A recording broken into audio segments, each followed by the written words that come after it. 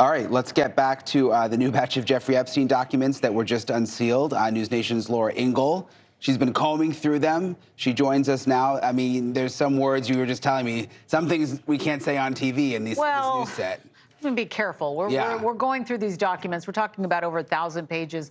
We do see a couple of new names, but again, a lot of the names that we're seeing in these documents are people who were guests, people who came to a dinner party or a lunch at one of Jeffrey Epstein's or Ghislaine Maxwell's parties that they had. Sarah Ferguson, that's a new name that we're seeing here, Duchess of York, there for a party, left, and that was it. But some of the information that we're seeing contained in the deposition testimony does shed an even brighter light on how things worked within Epstein's circle of friends, acquaintances, and facilitators. That's what we're going to talk about here. We have now seen the deposition of a guy named Anthony Figueroa. He was Virginia Giuffre's boyfriend at the time of her alleged abuse. When she was around 17, 18 years old in 2001, he says that Epstein offered $200 a girl to bring new young girls to come to his properties to give Epstein massages, adding he was paid right on the spot when he did, saying, quote, "I'd walk in the door, I'd talk to Jeffrey, and then he hands me the money. Then I would walk back to the kitchen, say goodbye, and leave."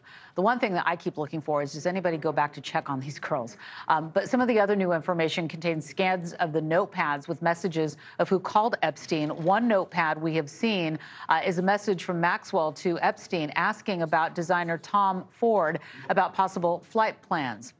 Again, just mentioning here that these documents does not imply a link to any criminal charges that resulted in anything that had to do with criminality with this. We have more coming up, of course, on the Hill and Elizabeth Vargas as we continue to comb through these documents, and things are starting to get a little racy with more of the descriptions of what went down inside of these homes. And I haven't been keeping count. I mean, it's probably like thousands of pages now, right? Yeah. Yep. And your sources, do we have any idea like how long this document dump will continue? Like, will it happen on the weekend? Does it pick up again on Monday? I think it can happen at any time, again, because these documents are being released electronically on Pacer. So, you know, at first we were told, you know, they have up until midnight, but really what we've learned is they can be released at any time. So we're just keeping our eyes on that. But yes, I think it's 4:30. Traditionally, when you see a Friday dump, it happens between 5 and 6. So we could certainly be seeing more documents, and maybe through the weekend, but into next week. We heard it was going to be on a rolling basis, and here we are. We're on the roller coaster together, going through it all. It certainly has been a roller coaster, especially for you. It has been. So for we'll all of see. us, We'll see what else we get for the rest of the day. We know you'll be on top of it. Yes. Laura, thank you.